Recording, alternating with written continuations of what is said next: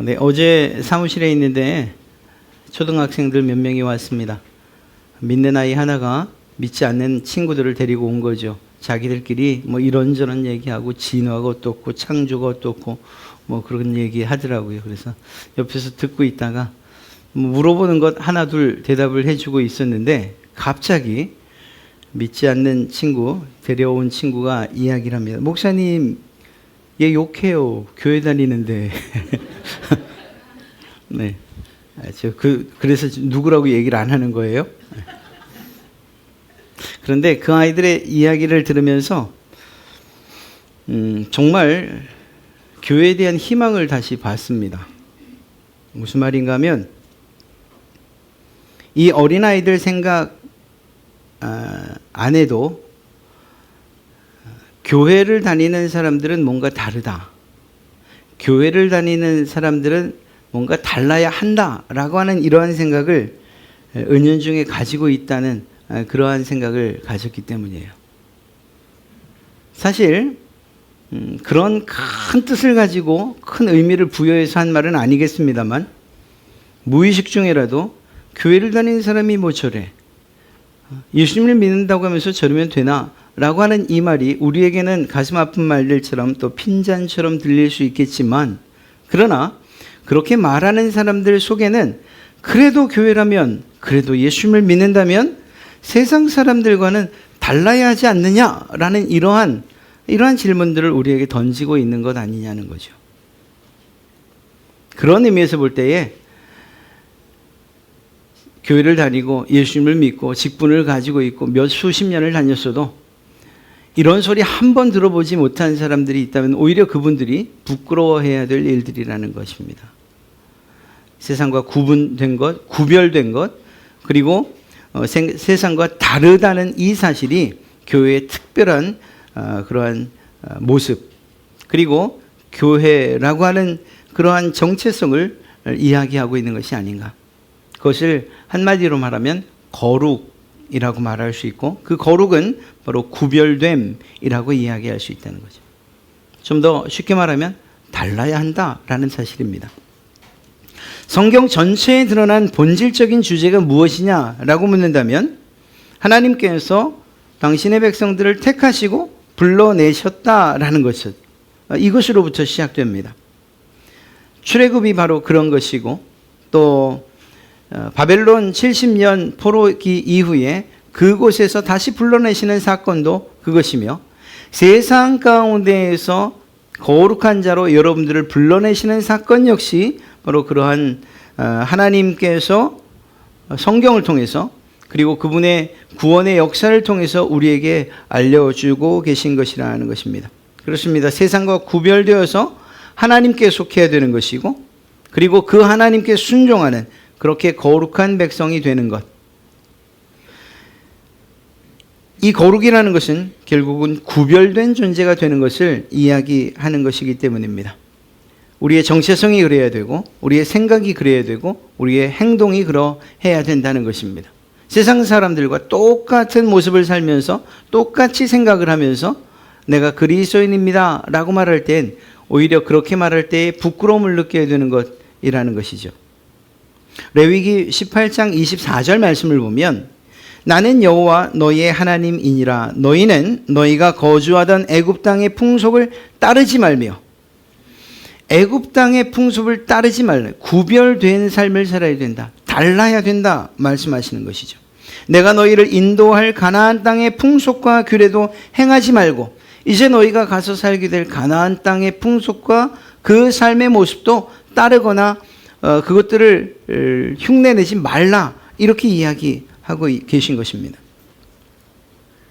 무엇보다 너희는 내 법도, 하나님의 법도를 따르며 내 규례를 지켜 그대로 행하라. 나는 너희의 하나님 여호와이니라. 이것이 하나님께서 이스라엘 백성들을 택하시고 당신의 백성을 삼으시고 나라 삼으시면서 원하시고 바라시던 것이었습니다.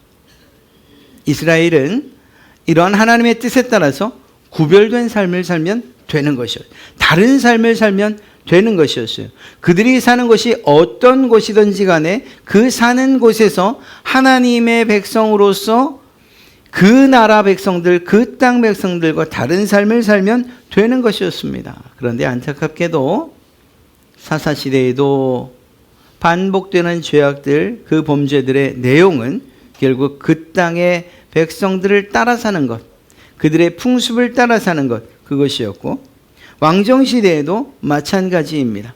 이스라엘 백성들이 왕을 요구했던 이유가 무엇입니까? 우리도 왕이 있어야 하리니. 그 이유가 무엇이냐? 우리도 다른 나라들 같이 돼요. 우리도 다른 나라들 같이 돼요. 사실 이스라엘의 주인, 또 이스라엘을 진정으로 다스리는 그 왕은 하나님이셨지 않습니까? 왕은 그저 하나님의 통치를 대신하는 것에 불과해요. 그렇다고 한다면 지금까지 온 것처럼, 지금까지 그렇게 주님께서, 하나님께서 인도해 주셨던 것처럼 하나님만이 우리의 왕이십니다 라고 하기를 하나님은 원하셨지만 이스라엘 백성들은 그것을 거절하지요. 무엇이라고 말합니까? 우리도 다른 나라들 같이 되기 원합니다. 하나님은 계속해서 다른 나라들과 분리돼서, 구별돼서 다르게 살라고 말씀하시는데, 이스라엘 백성들은 우리도 다른 나라들처럼 되기 원합니다 라고 말하고 있다는 것입니다. 에스겔서 20장 32절에서는 그것이 단순하게 풍습이나 문화에 국한되지 않음을 보여줍니다. 우리가 이방인 곧 여러 나라 족속같이 되어서 목석을 경배하리라. 우상을 숭배하는 것까지도 다른 나라들처럼 섬기고 싶습니다. 우리가 하나님을 섬기는 이 방식 너무나 진부하고 고루하고 재미도 없고 즐거움도 없고, 어떻게 보면 피해 제사이니 그냥 마음은 두렵기만 하고, 우리는 이런 제사 아니고 이방 사람들이 드리는 것처럼 축제와도 같은 즐기는, 몸에 쾌락이 있는 그러한 제사를 드리기 원합니다. 이렇게까지 나아가죠. 하나님이 원하신 다르길 원한다, 구별되기를 원한다, 이러한 사실들을 철저히 무시한 채 그들은 이방 나라들을 닮아가고 또 닮아가고 또 닮아갑니다. 그래서 결국 이스라엘과 유다는 멸망당하게 됩니다. 첫째는 종교적으로 하나님께서 구별되길 원하셨지만 신앙에 있어서 이방 종교들, 가나안 종교들을 따라갔기 때문에 멸망했고, 또한 그에 못지않게 하나님의 백성으로서 이방 나라들과는 다르게 자기의 욕심과 그리고 그 욕망들을 채우기 위해서 힘없고 약한 백성들을 탈취하고 약탈하고 억압하지 않기를 원하셨는데, 그렇게 살지 않기를 원하셨는데 이방 나라들과 똑같이 그렇게 살았죠. 그래서 그들은 신앙에 있어서나 삶에 있어서나 하나님께서 요구하시는 바와 다른 삶을 살았습니다. 그리고 그 결과가 아수르의 그리고 바벨론의 포로가 되어지고 나라는 멸망하게 된 것이죠. 하나님은 이러한 사실들을 아셨기 때문에 계속해서 선지자를 보내셨습니다. 그래서 하나님이 어떤 분이신지, 무엇을 요구하시는지 이것들을 계속 호소하기 위해서 예레미야를 통해서 무엇이라고 말씀하십니까? 예레미야서 10장 2절, 여러 나라의 길을 배우지 말라. 하나님은 늘 한결같으셨어요. 이방 나라의 길을 배우지 말아라. 이방 나라의 풍속과 문화를 따르지 마. 이방 나라의 종교와 신앙을 따르지 말아라. 구별된 삶을 살아라. 에스겔을 통해서는 무엇이라고 말씀하십니까? 너희는 애굽의 우상들로 말미암아 스스로 더럽히지 말라. 나는 여호와 너희 하나님이니라. 애굽의 우상들을 따라가는 것, 그것들을 섬기는 것은 너희를 더럽히는 일이니까 구별된 삶을 살아라. 하나님, 나 하나님만을 섬기고 그리고 내 백성의 정체성을 가지고 살아라. 이것이 계속되는 하나님의 말씀이었습니다. 안타깝게도 그 백성은 들으려 하지도 않았고 실제로 하나님의 말씀에 순종하지 않지요. 이스라엘 그리고 유다에게 임한 심판, 그 이유는 분명했습니다. 그리고 똑같았습니다. 하나님 여호와께 죄를 범하고 이방 사람의 규례를 따라서 행하고, 유다 역시 하나님 여호와의 명령을 지키지 않고 이스라엘 사람들이 만든 관습을 행하였다. 이스라엘 사람들이 만들었다라고 하는 것은 하나님의 말씀에 순종했다는 것이 아니라 이방 나라들의 관습을 보고 문화를 보고 만든 바로 그것을 따랐다는 이야기입니다. 그러니까 하나님의 백성은 하나님의 뜻에 따라서 그리고 그분이 원하시는 방식대로 살아가는 것. 사람들은 그렇게 말할지 모르지요. 야, 저긴 어쩌면 저렇게 폐쇄적이냐? 하나님 독재하시는 것 아니냐? 뭐 이런 이야기 할 수 있습니다. 너무 이 울타리가 높고 견고해. 다른 사람들에 대한 이해가 없어. 기독교는 그래 라고 말할지 모릅니다. 그러나 우리는 그 담을 헐 수도 없고 우리가 예수 그리스도 밖을 넘어가 그들과 동화되어지는 일은 더더욱이 할 수 없습니다. 하나님께서 원하지 아니하시는 일이기 때문이에요. 하나님은 언제나 거룩을 원하셨고 그 거룩의 본질은 구별이고 그리고 다른 것이라는 사실들을 우리는 기억해야 됩니다. 거룩이라는 것이 그냥 우리의 목소리가 모습이 그리고 행동하는 걸음걸이나 행동 자체가 거룩하다 우리의 거룩을 드러내주는 것이 아니에요. 우리가 어떤 곳에 있든지 간에 무슨 일을 하든지 간에 그리스도인으로서 하나님의 백성으로서의 구분된 삶을 사는 것, 세상과 다른 생각을 하고 다른 사고를 가지고 다른 가치관을 가지고서 살아가는 바로 그것이 거룩한 사람의 모습이라는 것입니다. 예수님의 핵심의 가르침을 우리는 이제 몇 주에 걸쳐 보게 될 것입니다.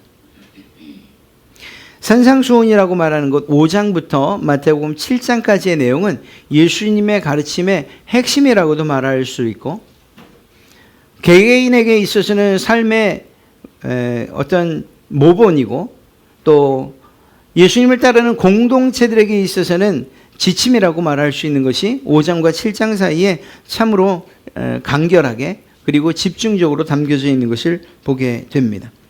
이러한 산상수훈 역시 같은 관점에서 봐야 합니다.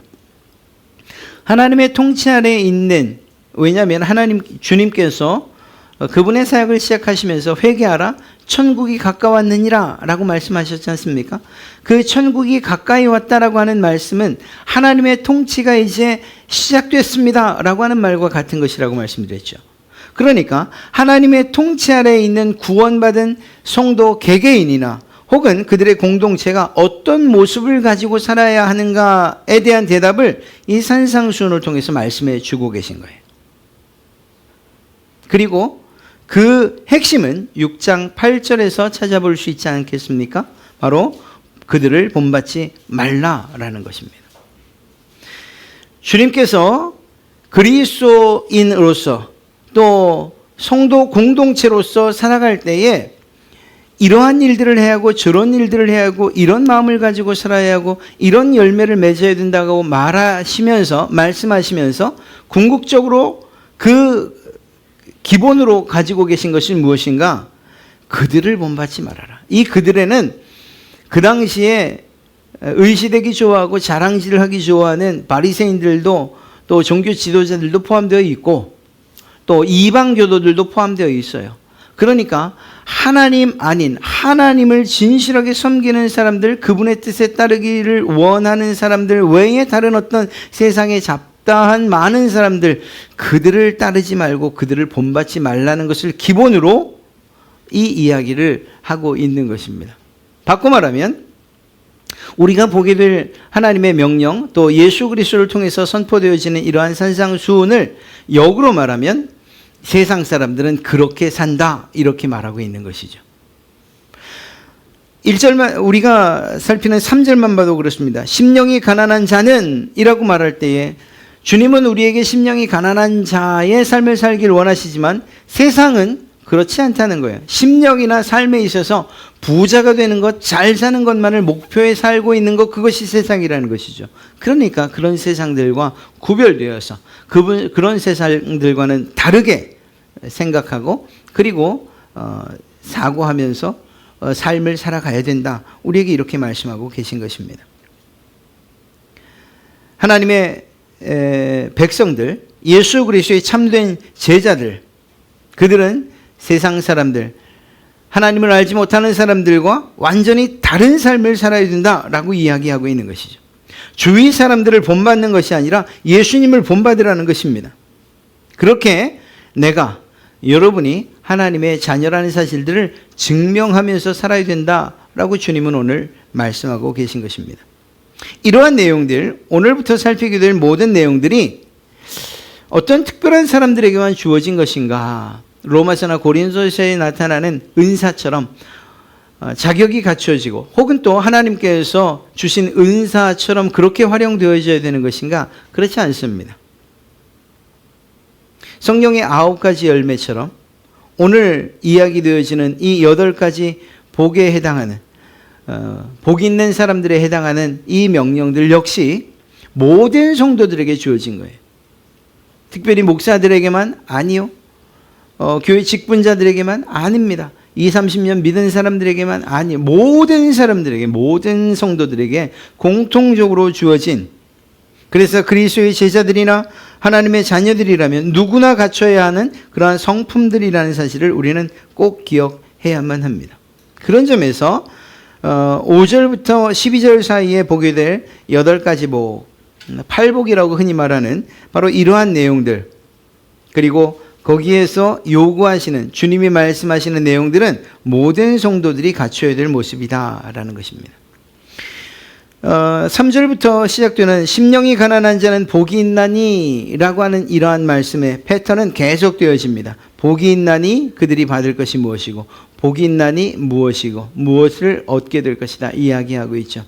더 정확하게 말하면 이러이러한 사람이 복되다, 이런 사람이 행복하다라는 말로서 이해하면 더욱 좋을 것 같습니다. 무엇보다 이 복은 단순하게 우리가 생각하는 물질적인 것이나 건강, 흔히 세상 사람들이 말하는 복과 다르다는 것, 구별되어 있다는 사실을 알아야 됩니다. 이것은 하나님과의 관계 가운데에서 얻어지는 그러한 복이기 때문인 것이죠. 이러한 8가지의 복들을 이야기하며 복 있는 사람이 되시기를 간절히 축복합니다. 오늘 그 첫 번째로 3절에서 말한 것처럼 심령이 가난한 자는 복이 있다, 천국이 저희의 것입니다, 이렇게 말하고 있죠. 사실 가난이라는 단어 자체는 우리에게 심한 거부감을 줍니다. 심령조차도 가난해지고 싶지는 않습니다. 삶은 더더욱이 그렇고요. 그런데 주님께서는 그런 우리들에게 가난하라고 명령하고 계시죠. 이것이 지금 현대에, 지금 이 자리에 계신 여러분들과 저에게만 해당되는 말이냐? 그렇지 않습니다. 오히려 이 말씀을 선포하고 있는 당시에 이스라엘 백성들에게 가난이라는 이 단어는 정말 듣기 힘든, 귀 막고 싶은 그러한 단어이고 그러한 선포예요. 그것이 심령이건 무엇이건 간에 가난이라는 단어 자체는 이들을 매우 위축되게 할 수 있습니다. 왜냐? 이 당시가 로마의 속국으로 있던 때 아닙니까? 로마의 지배하에 있던 때예요. 왜 삭개오와 마태를 그토록 이스라엘 사람들이 미워했습니까? 그들의 직업이 세리였기 때문이에요. 세리. 세금 거두는 세무 공무원이었어요. 자신들의 수고와 땀으로 흘린 그 돈을 세금으로 걷어가서 그 걷어간 세금을 로마의 정부에다가 바치는 일을 바로 이 세무 공무원들이 하고 있었거든요. 그냥 정말 정확하게 세금만 걷으면 모르는데 중간에서 아주 악한 마음을 먹은 이러한 세무 공무원들은 로마에서 원하는 것보다 더 많은 돈을 세금이라는 명목하에 갈취해 가요. 그러니 이스라엘 백성들이 가난에서 벗어날 수가 있겠습니까? 그러니까 그런 그들에게 가난하라 라고 말하는 것은 그것이 심령이든 간에 진짜 삶에 대한 가난이든 간에 듣기 싫은 거죠. 그럼에도 불구하고 주님은 말씀하시는 것입니다. 심령이 가난한 자가 행복한 자이다, 이렇게 말이죠. 오늘날도 동일하게 가난 듣기 싫고 부자 되고 싶고 잘 살고 싶은 여러분들에게 주님은 말씀하십니다. 가난한 자가 되라 라고 말이죠. 특별히 심령이 가난한 자. 여러분, 가난하다라는 이것은 스스로의 힘으로, 혼자의 힘으로 삶의 문제를 해결할 수 없다는 것을 의미하는 것입니다. 그만큼 어려운 형편이라는 것이죠. 다른 사람들의 도움이 있지 않으면 살아갈 수 없는 그러한 사람들이라는 거예요.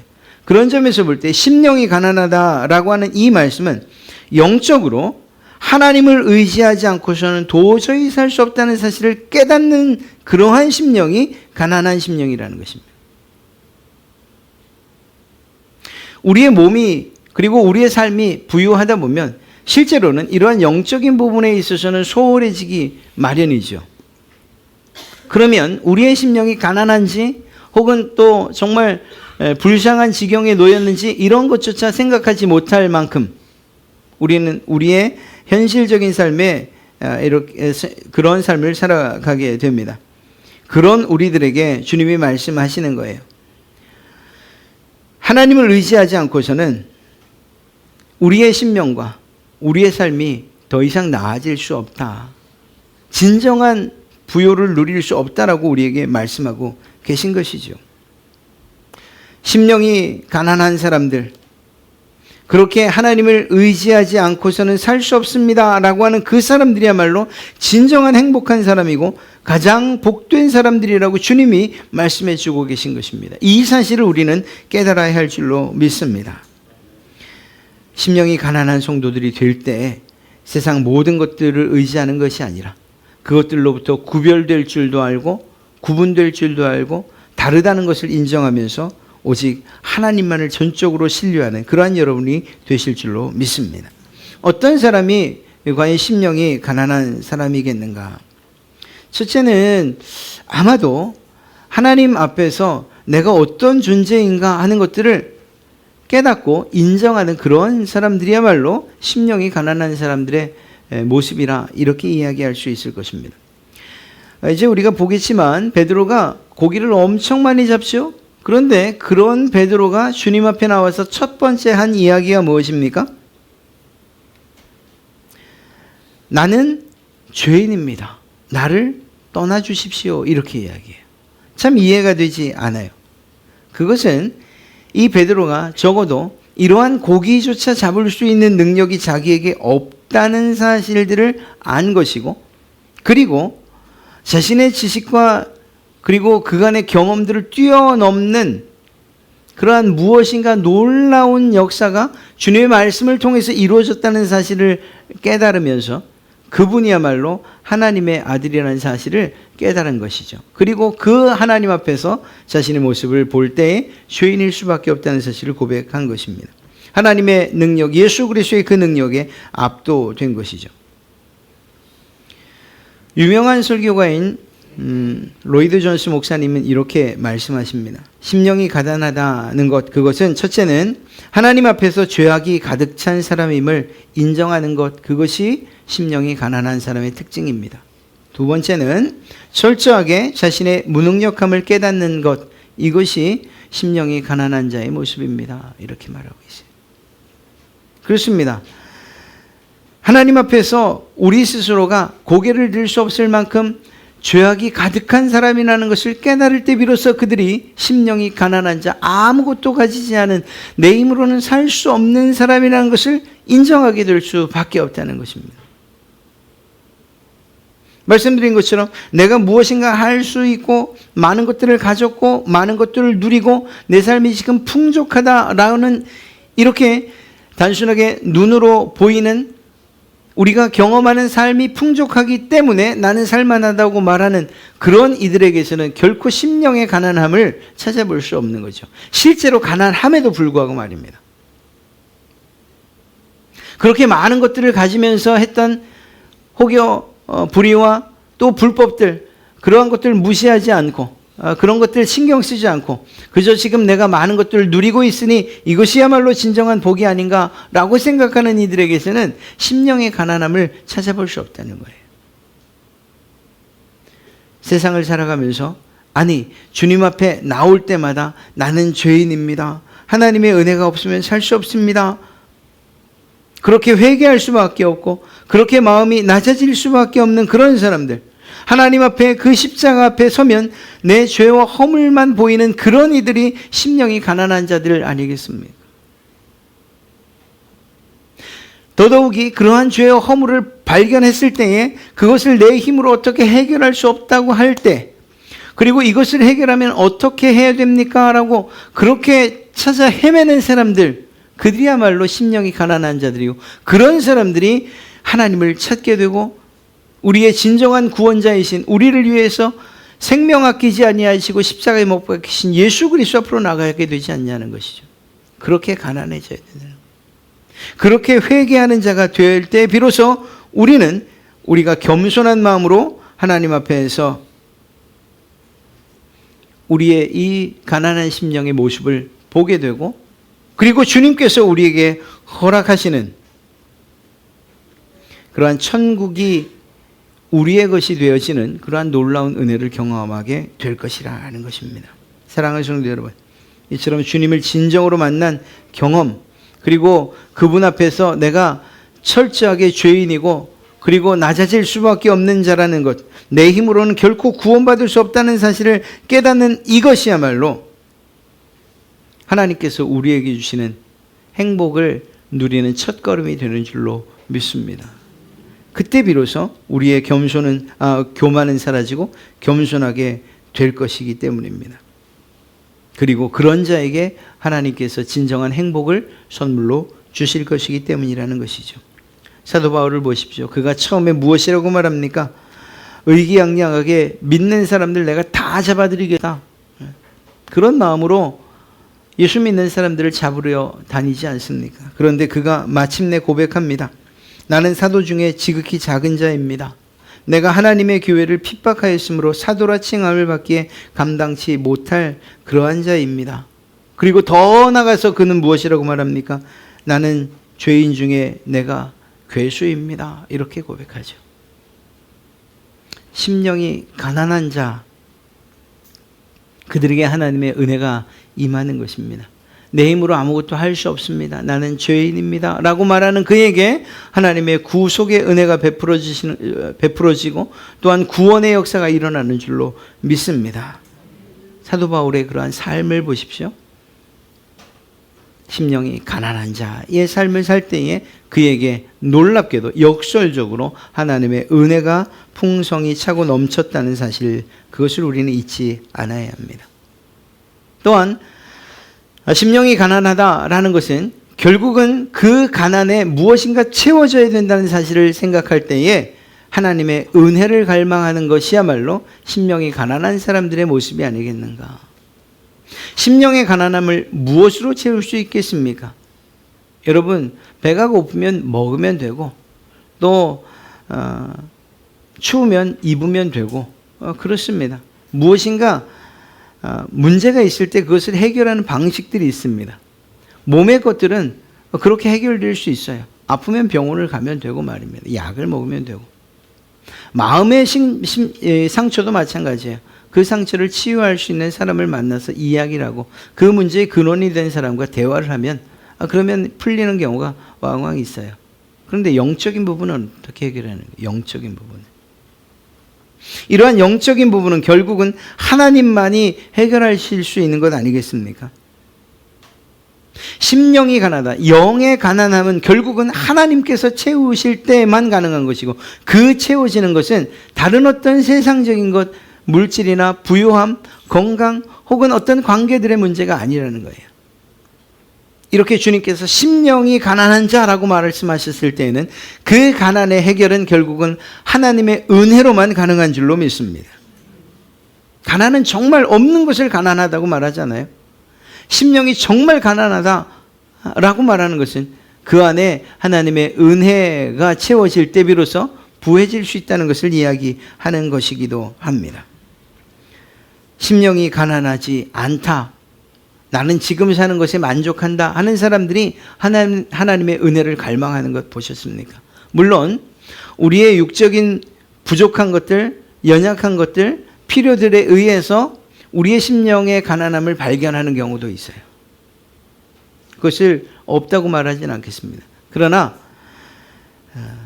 대부분은 우리의 육적인 문제가 해결되면 언제 그랬냐는 듯이 심령의 가난함, 그리고 이 심령의 가난함을 채워줄 하나님의 은혜를 구하는 일들은 까맣게 잊어버리는 그것이 우리의 모습 아닙니까?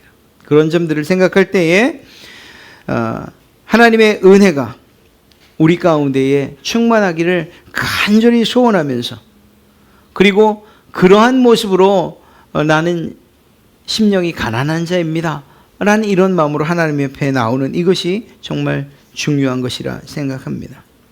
라오디게아 교회의 말씀을 보십시오. 요한계시록에 내가 말하기를 나는 부자라 부요하여 부족한 것이 없다 하나 내 곤고한 것과 가련한 것과 가난한 것과 눈먼 것과 벌거벗은 것을 알지 못하는도다.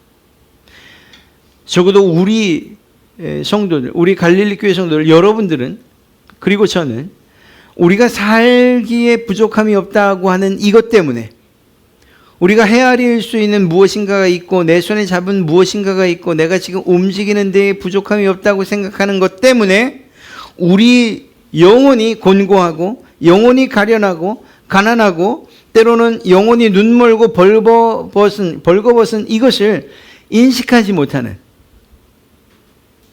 이러한 무지가 우리에게는 없기를 주님의 이름으로 축복합니다.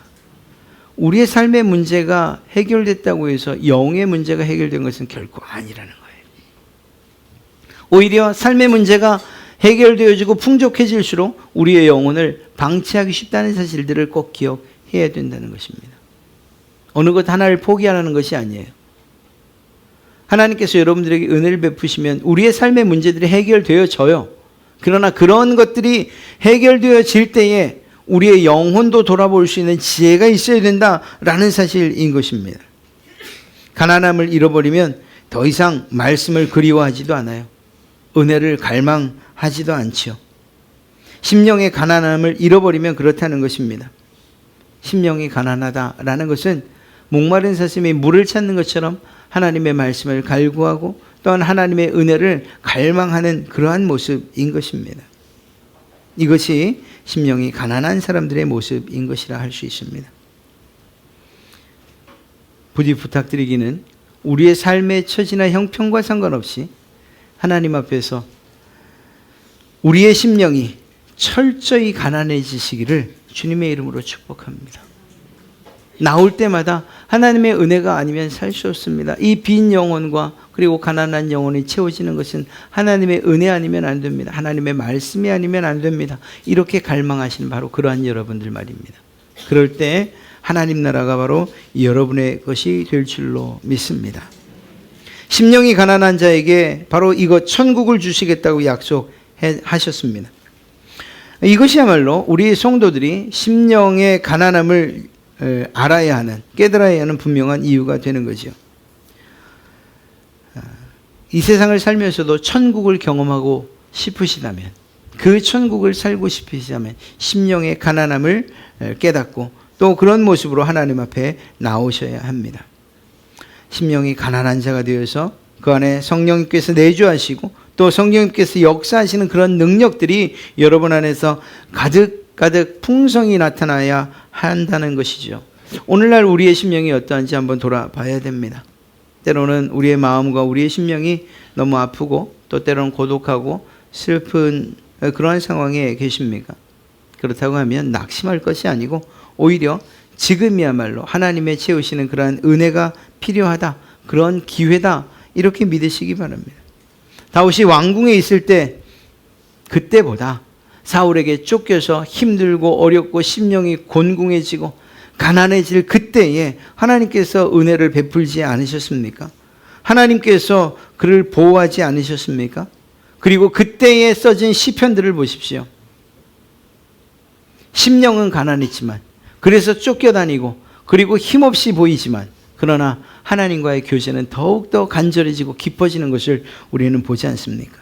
그때 했던 고백이 무엇입니까? 하나님은 나의 피난처이십니다. 나의 반석입니다. 나의 산성이시고 내가 의지할 바위이십니다. 하나님은 나의 구원자이시며 왕이십니다. 이런 고백들을 하고 있지 않습니까? 세상의 물질을 내 왕으로 섬기고 사는데 어떻게 하나님을 왕이라고 고백할 수 있겠습니까? 심령의 가난함, 비록 몸의 곤고함과 그리고 쫓겨다니는 상황이었지만 그런 가운데에서 그것과 연하여 심령의 가난함을 깨달았던 그에게 하나님께서 은혜를 베푸셨고 그 은혜가 이렇게 아름다운 시로 나타날 수 있었던 것이죠. 그리고 마침내 심령이 가난했던 그 다윗을 이스라엘의 위대한 왕으로 세우시는 것을 보게 됩니다. 하나님은 오늘날도 이런 다윗처럼 심령이 가난한 자를 찾으시고 또한 그들에게 은혜를 베푸십니다. 간절히 바라기는 오늘 말씀을 통해서 우리의 심령의 모습들을 발견하시고 그리고 인지하시고 우리의 가난함, 그 가난함을 채울 수 있는 유일한 분이 바로 하나님이시다. 하나님의 은혜이다 라는 사실, 하나님의 말씀이다 라는 사실들을 잊지 아니하시고 하나님을 갈망하시는 그러한 여러분 되시기를, 그렇게 갈망하심으로 말미암아 여러분의 삶이 천국을 살아가는 그러한 삶이 되시기를 주님의 이름으로 축복합니다.